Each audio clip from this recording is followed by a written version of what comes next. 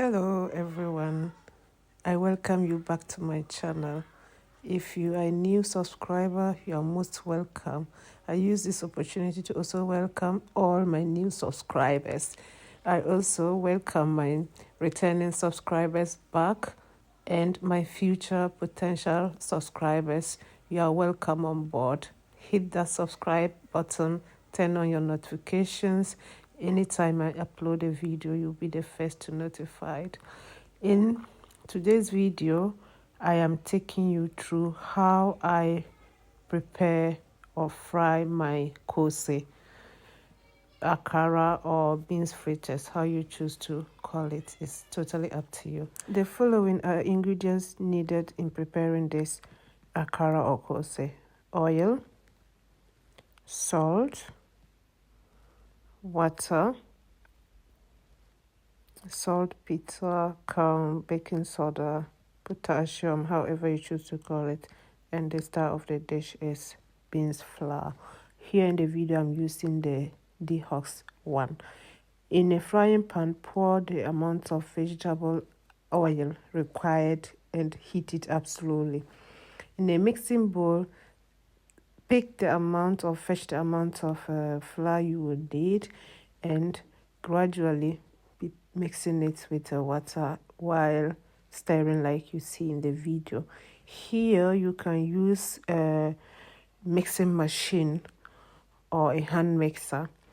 I opted for the silicone spatula because I wasn't making much this day. When I fry it in a large quantity, the family don't eat it all and I end up throwing it away. I've never tried defreezing KOOSE and warming it maybe one day. So in order not to waste food, I prepare what we can finish that particular day. I make sure that I beat the mixture that it becomes lumps free and incorporate some air into it. By the incorporation of air into the mixture, it becomes fluffy, and when you test it in water, you will see it floating at the top. So here I was just checking the texture to see whether it's okay, and it's doing so well. So I'm testing it here. You can see that it's floating on the top. If it wasn't fluffy, it would have sunk to the bottom of the bowl with the water. So I pick the food back in and continue beating. I personally cannot explain it here, but I always have an eye for it when it's also smooth. So I tried it a second time, it floated up again, and here I'm just adding in salt solution. Optionally, you can also just put in the salt particles like that, but I decided to dissolve mine before. Here I am putting in potassium, saltpeter, however you choose to call it again. Here you can also opt not to use it. It's optional, 100% optional. But I know the family I have, I know what they eat and what they like to eat, so I prepare according to that. Then I now dilute it to the texture I want. This is the texture I'm going for. You can see it's not too runny, just perfect. I tested my oil by dropping an onion inside and it was okay. I could have allowed it to be more hot or to be heated more, but due to time, this is normally prepared in the morning as breakfast for my family.